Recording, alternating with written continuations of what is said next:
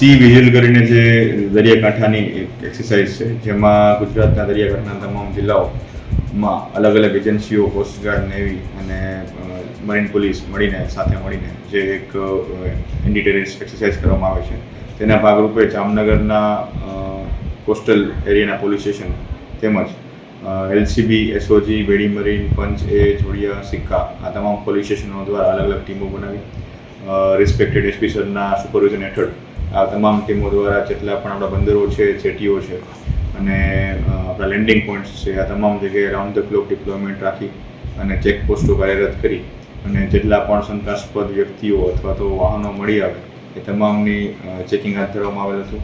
અને આ તમામ એક્સરસાઇઝ સી વિજિલના અંડરમાં આવરી લેવામાં આવેલી હતી. એટલે કે કોઈ પણ આતંકવાદી હુમલો થાય ત્યારે કેવી રીતે રિસ્પોન્સ આપવો, આ તમામ બાબતની મોક ડ્રીલ અને જે ચેકિંગ છે એ હાથ ધરવામાં આવેલું હતું.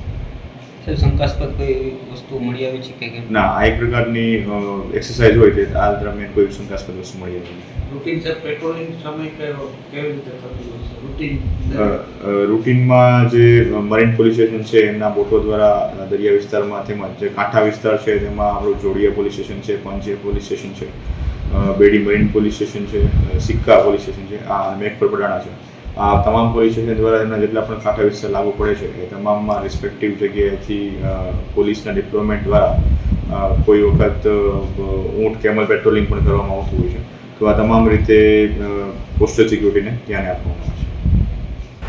સચોટ સમાચારો સૌથી ઝડપી મેળવવા માટે અમારી ચેનલને સબસ્ક્રાઇબ કરો.